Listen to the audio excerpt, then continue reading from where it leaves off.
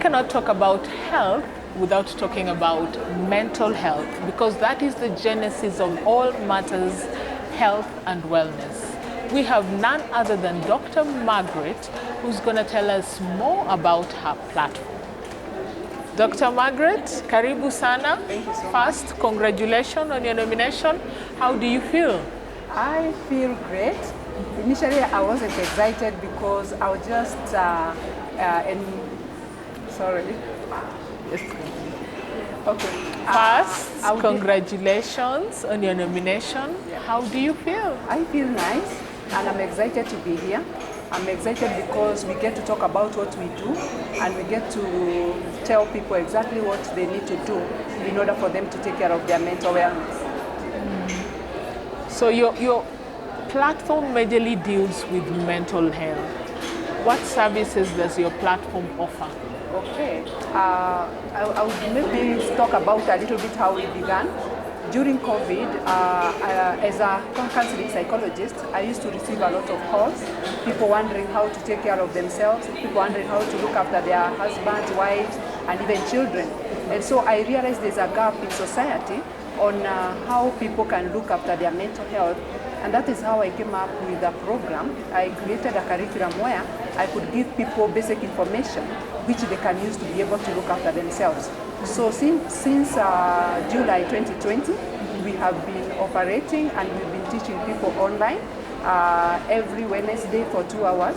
And this is purely for social service. So we don't charge the people we train, because our goal is to train a person in each home and each institution and each organization. So we do not charge because we do not want to lock people out. Although we have found ourselves giving our services to other groupings, for example, organized groups, and for that we have charged. But for the free program, we train 2 hours per week. Yeah. What major qualification must you have for you to qualify to be trained by you?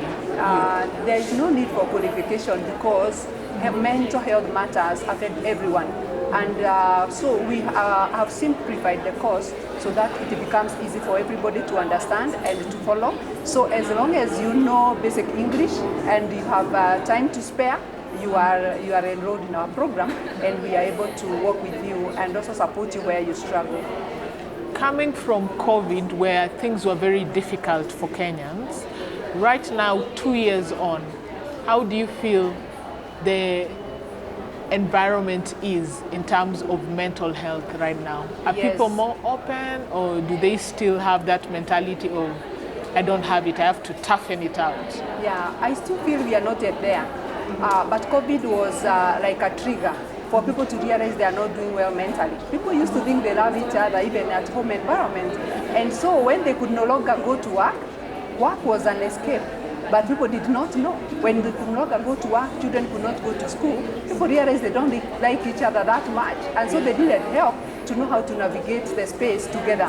So basically I would say that we have more people getting interested, but we are not there. We still need to tell people that it is possible for them to live in a good way. It's possible for them to achieve their goals. It's possible for them to be happy, only if they know how to be able to navigate their own life, and also to identify that which makes them happy and that which takes away their happiness. So we are not yet there, but at least we are doing well.